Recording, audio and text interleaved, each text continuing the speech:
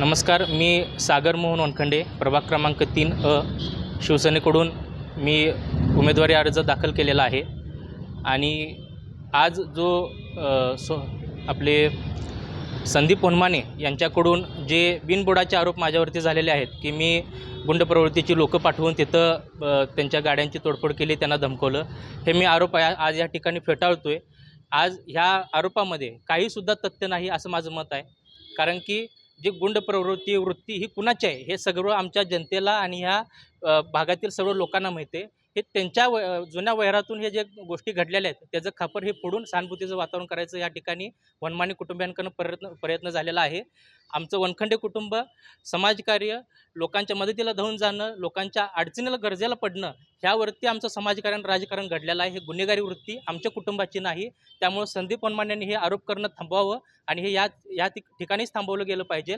कारण की वाळू सरकलेली आमच्या पायाखालची वाळू सरकलेलं नाही आहे. 2018 साली माझी आई 1700 पॅनलचं सगळ्यात लीडनं आमची आई त्या ठिकाणी निवडून आलेली आहे. त्या भागात आमची कामं आहेत आणि त्या जोरावरती जनता आम्हाला आशीर्वाद देणार आहे.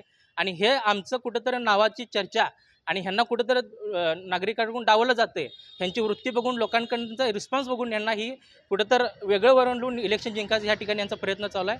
त्यामुळे मी पुन्हा एकदा सांगतो की मी या आरोपामध्ये काहीसुद्धा तथ्य नाही. हे आरोप मी या ठिकाणी फेटाळतो आहे. 10 ते 15 मुलं आले, हातामध्ये कोयता होते, निलेश गडदेच्या हातामध्ये रिव्हॉल्वर होती.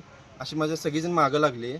मागं लागून इथे 4 व्हीलर आहे शेजारची, त्यांच्या गाडीचं नुकसान केलं. 2 व्हीलर त्यांनी सगळे पाडले. माझ्या मागं कोयता घेऊन लागले, आमच्या घरामध्ये कोयता मारले, दरवाजावरती कोयता मारले.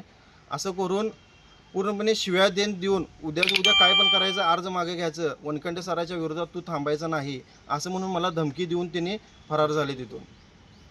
रात्री पोलिसांना कॉल केला. पोलिसांना कॉल केल्यावरून पोलीस अर्ध्या तासाने आले. ते पण ते सगळी मुलं तिथून गेल्यावरनं पोलीस पण लेट आले.